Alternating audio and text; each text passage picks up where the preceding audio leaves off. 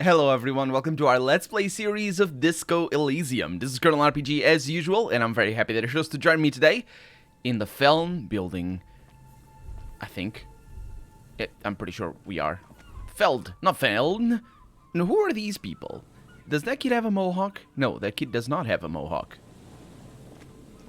And Mikhail, notice the windows, especially with how there are no windows on the south side.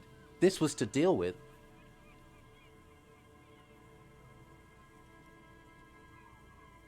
A blond man stands next to his son, pointing to the weather-worn ruins.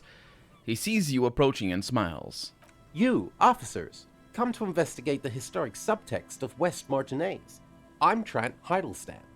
You must be Kim Kitsuragi, right? I was just telling my son about this building. Not a lot of people realize the historic significance here. Very rich in hypertext. Nice to meet you. The lieutenant nods. I don't know what hypertext is. Yes, hypertext. Jan Karp and the collection of cultural hyperlinks. Right. That's a commentary on the internet. Hypertext. No, wait. Hypertext is not... Hyperlink is a thing. That's what we call links on the internet, basically. They're actually a technical thing, not really just normal links. A hyperlink is not just a website address. That would be the URL rather than the URI. Because there's such a thing as a URI, but that's just the website's base thing. I don't remember the distinction. We don't use the URI anymore. URI, but URLs would be just the link itself. But hyperlink is on a web page when you actually have a hyperlink, which is a specific type of link. It's actually the only type of link that exists as far as I know, but because everything else is just handled through JavaScript and other things. Wait, what was that about the windows before? Yeah. Oh, yes. So, Mikhail, they had to deal with monitor glare, especially in the summer. They still had vector monitors back then. That was 49 years ago, so they didn't have windows on the south wall. Vector monitors. I actually know what those are. I don't believe I've ever seen one. Actually, I lie. I think I have seen one, but because it was used for a spectrograph. It's the thing that you like, that you want to have in a spectrograph. So it's not out of place. But there used to be actual vector monitors for computers. A vector monitor is I don't know that I'm explaining this very well, but just as a gist, basically what it is you see the monitor that you have in front of you, or the keyboard, or not the keyboard, the cell phone, or whatever you're using is basically an array of little lights. And even if it isn't a CRT, technically it is an array of little lights. It's just that the lights are lit up by a array rather than little LEDs or a backlight or whatever. It depends on what kind of monitor you have. The point is, that little array, or that array of points, is how modern monitors, and not even modern monitors, any type of monitor, since except for vector arrays, vector monitors. What these are, they're sort of miraculous, really. It's to think about it, because they're not miraculous. They're very old technology. But the point is, you can create a line of light between 2 points by modifying. I don't know. Actually, don't know how they technically work, but you can just modify electromagnetic frequencies and all that. So you can create vectors, and a vector is basically infinite resolution, because if basically it doesn't have points. So if you want to make a circle, you make a real circle with electricity, rather than just little dots that resemble a circle. And what you do, for example, if you want to make a semicircle like this, you put a dot over here, put a dot over there, connect them with a line, and then you make the line be round, and that's a vector. I mean, the line is also a vector in and of itself, but you make it by changing the electricity and all that. And they're very hard to program, and they're very specific. They're not used like our modern monitors are used for, which is to display rasterized images. They are... I don't actually know that they are 3D. They could be 3D. I'm sure you can make them 3D, the vector monitors, but they're 2D, and they're basically used for displaying vectors, and the interface is just different. You can make letters with them; they just look weird because it's not what we use. You and Kim know each other, though?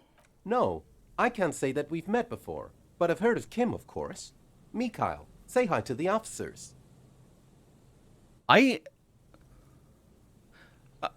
mean, no disrespect to the voice actor, because as far as I know, some of them are like guests, and some of them are amateurs and just enthusiasts. So I don't know who but it like the voice acting is so stilted. Stilted, is that a word? Is that what I'm trying to say? Like, sort of taut and just rigid. It's so weird. It's like that's the character that is being portrayed, rather than just limitations of the voice actor, because that's just a thing. If you're not used to the voice acting, this is also a thing that sounds like. He rests his hand on the boy's shoulder. The child stays hidden behind the hem of his father's coat, clutching to his worm-themed coloring book. Mikhail's a little tired today. We spent all night trying to run Orbis on his radio computer. Have you heard of it? It's a programming language used in Grad. Quite tricky, but he wanted to play this Grad-made adventure program. We've been getting really into worms lately. The man speaks in the artificial cadence of a professor. Oh, so that is indeed what yeah, it felt, it didn't feel, yeah, it felt deliberate. It is indeed how the character is being portrayed, or someone who's been on too many radio shows. That's not, it doesn't really sound like that, honestly, to me, but to a professor. Yeah, similar to a professor, though. I suppose, maybe. But I assume you're not here for giant worms, when there are so many real things to see. Just as I was telling Mikhail before, this is where the Coalition landed in '08. We could be standing on what is the most interesting landmark in Revachol West. He points to the building again. This man is your half-brother. You feel it, but why? Says our esprit de corps. My half-brother. Does that mean he's like military, maybe? Or, because it's the esprit de corps, and I don't know what that means. I'm looking for a suspect. What's so fascinating about an empty building? Could be. You look like someone who has money. Do you have any money? We can always ask those, can't we? What's so fascinating about an empty old building? Aha! But it's not just any empty old building. He raises his hand to his eyes to shield himself from the freezing snow. All four of you turn to admire the mural before you. What not a lot of people know is, this used to be the R&D department of Feld Electrical, and Feld, which now sells ink cartridges mostly, was once a top dog in the turn-of-the-century cybernetics boom. Hold on, what's R&D? Says our encyclopedia, failing. I know what... Encyclopedia? What did you... Is that not research and development? Because that's a challenging check. I think it is research and development. How is that a challenging check? People know, English speakers anyway, know what R&D is, although it could be something else. Wait, what's an R&D department? Apologies, it's an acronym for research and development. They don't use it anymore. He smiles brightly, laugh lines around his eyes. You're probably more familiar with RTD, research and technological development. As opposed to what other development... Well, I suppose you can develop other things. I don't know. We say web development, for example, and that's not technological development. And there's also other words for other applications for development. Like construction. I think in construction there's a place where you say development and it isn't technological development. Anyway, mea culpa, says our encyclopedia. No, full culpa. That is you got the full one. You were not familiar with that one either. This man is a book head. Are you kidding me, encyclopedia? I'm gonna look at the building looming over you. It looks old and weathered, with seagulls picking apart its stone and metal carcass.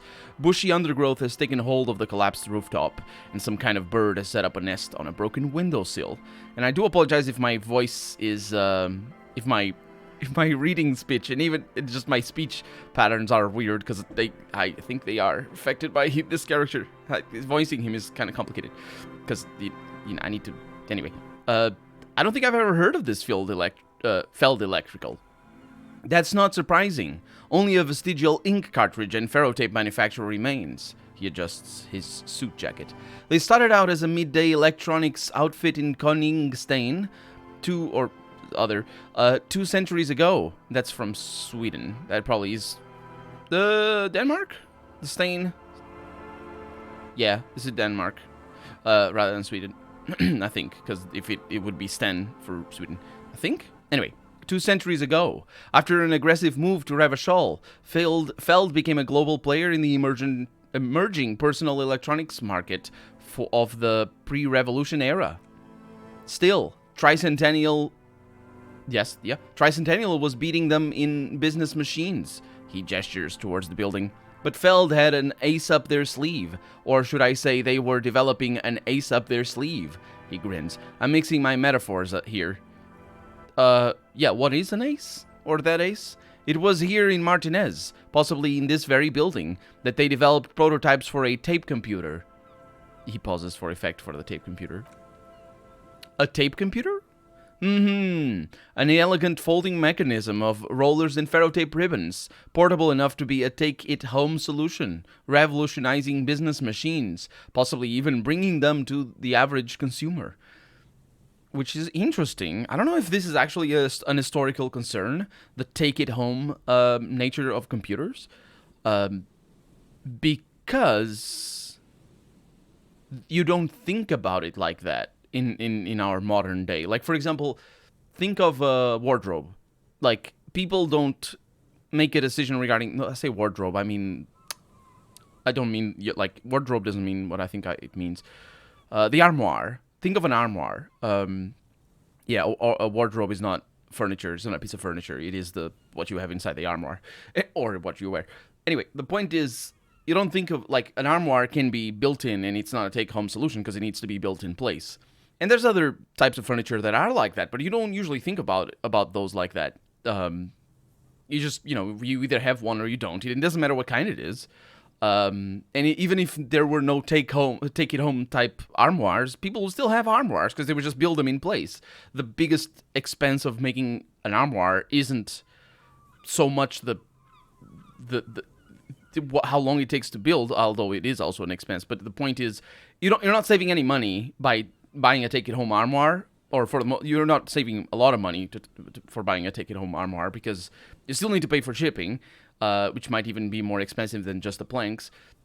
You still need to pay for manufacturing, and you need to pay, obviously, for the materials, so it sort of evens out. And for a computer, it would be the same. Like, people have server rooms, and they're not take-it-home types, even if they're relatively small, because you need to get all the bits and pieces, and you need to arrange all the cabling and all the connectors and all that sort of stuff. And it's not like, that's interesting. But I do wonder if it is an actual historical thing for computers to be sort of revolutionized by just becoming portable. I do know that the first portable computers were seen as portable even though they were the size of a car. But that is precisely because they were just actually not... You didn't need to have a building. You could just... a building pre-made for that computer. You could just, it was all in a... all-in-one machine, which is pretty good because, can you imagine having your, instead of having a motherboard, you have a building with all the cables having to be routed through the walls or not actually on the walls or through the walls, you just put them in trays. But still, the point is, can you imagine that? That's ridiculous because it's not, it's very specialized. But that's how certain buildings still operate. Like, for example, not for computing, though, but for electrical production, that is still how it works. If you go to an electrical plant, the reason why they can't easily be upgraded is because they are custom-made. Like, if you have an old plant, it can be upgraded here and there, but for the most part, like, the output and the efficiency and all that sort of stuff of a power plant doesn't really change much throughout its life, unless it goes down for whatever reason, because, old age. But the reason is because you just make a building that is made for handling a certain amount of technology and in a certain way, and then if you need an upgrade, you just need to rebuild the whole thing. It's like you get a new computer, you get a new CPU, it's not going to work on a 10-year-old motherboard.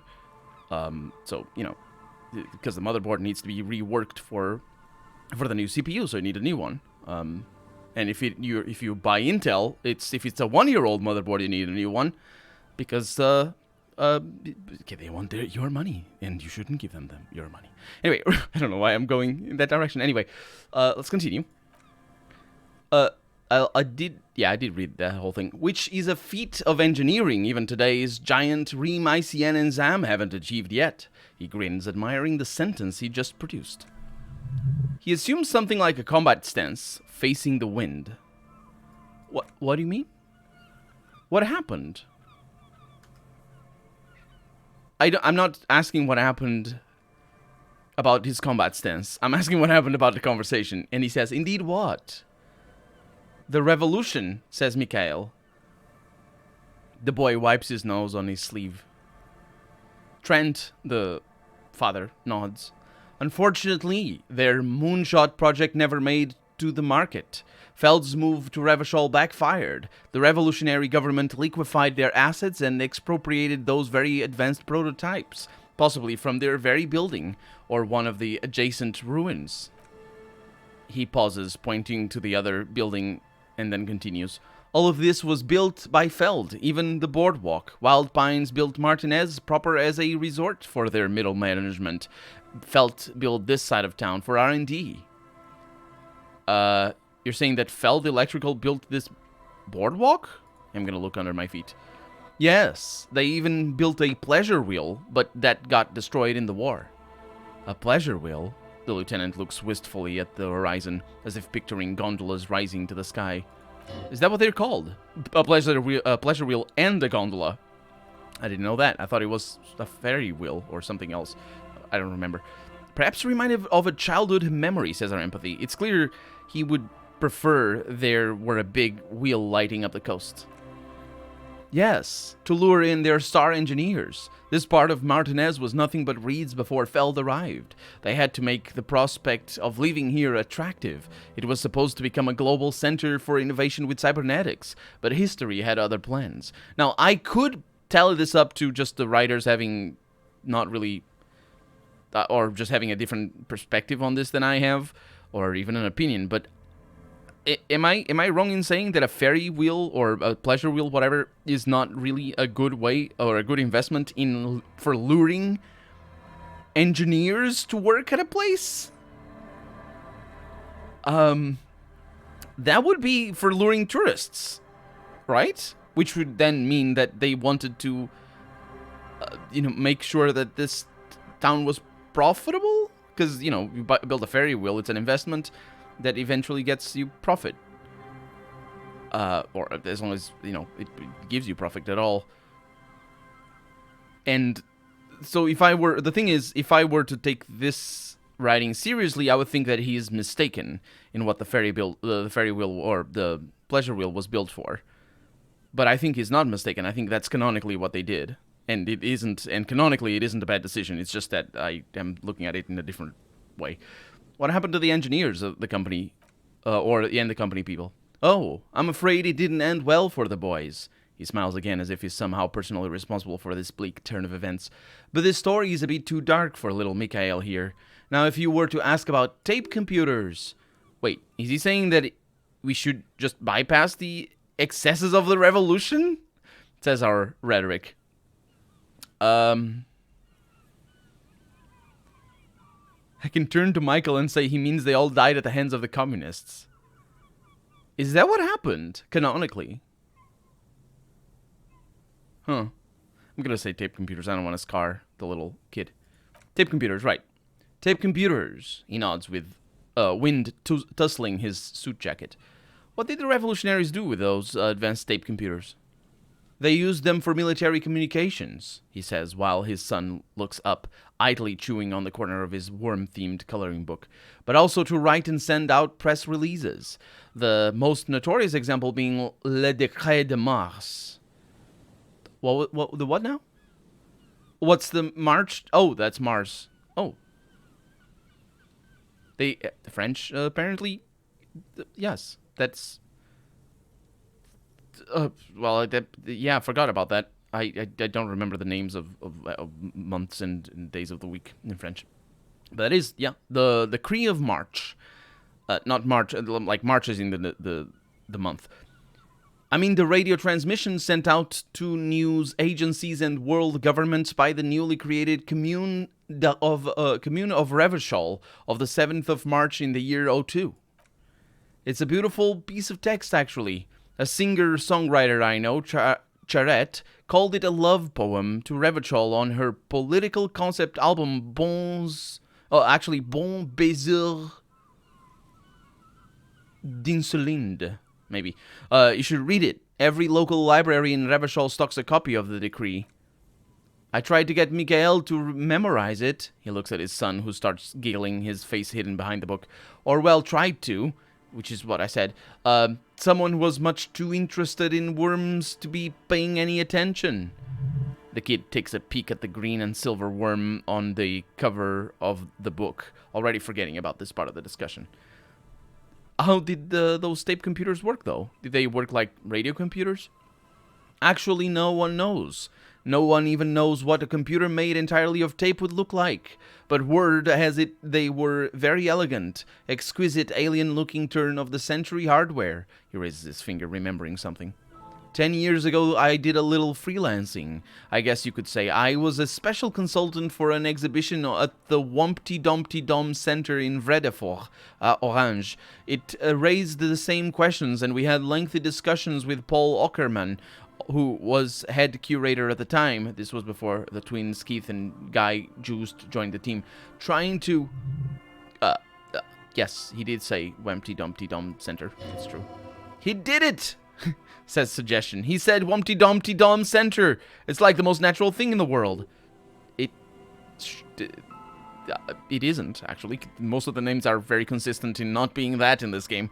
What the hell is a Wumpty Dumpty Dom Center? Asks our encyclopedia. With a success.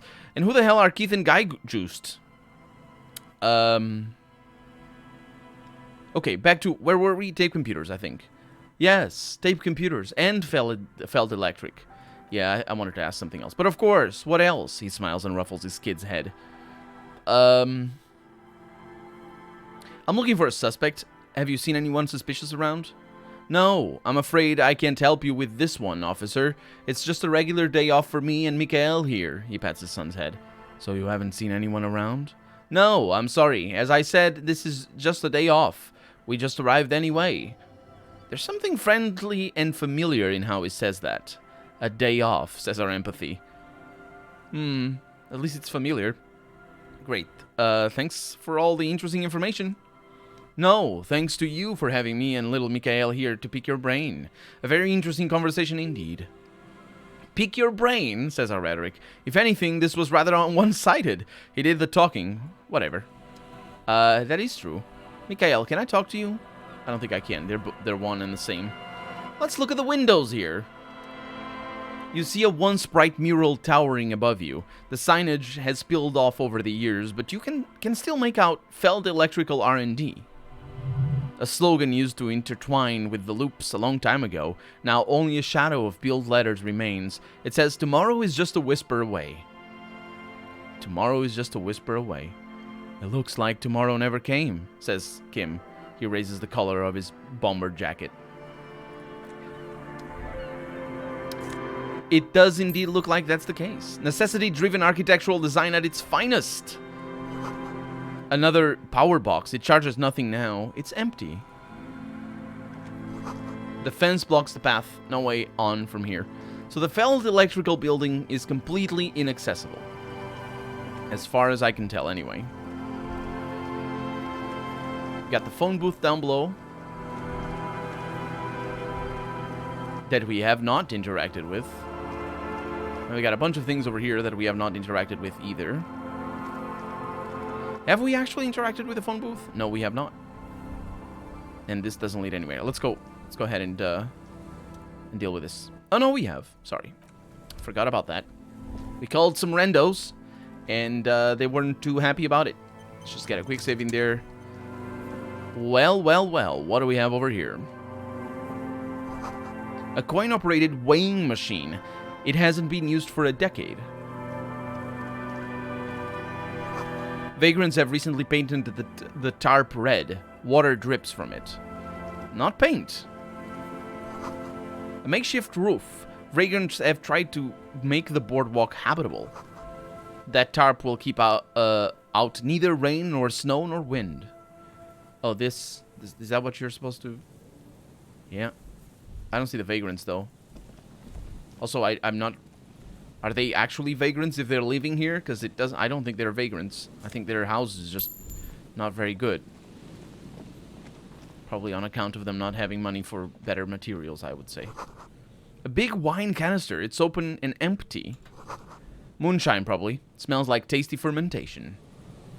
Kim doesn't say anything about that, though. We got somebody over here. The smell. It's awful and familiar. I have my voice. My voice is... I'm sorry about my voice right now. I got that thing. It's awful and familiar. What is it? It's probably sweat. Don't you recognize it? That hideous pungency, that faintly cloying sweetness? Only death smells like that. Oh. Kim, what's that smell? The lieutenant has already brought a handkerchief to his nose. Eyes up, detective. Something's not right here. Oh, that person is dead? I think that person is dead. But our episode is out of time, so our episode is dead as well. For right now, I'm Colonel RPG, and this has been Disco Elysium. I really hope you've enjoyed it, and if you did, go ahead and leave a comment, like the video if you want to see the next episode come out sooner rather than later. But above all, thank you so much for watching, and I hope I'll see you next episode. Bye-bye.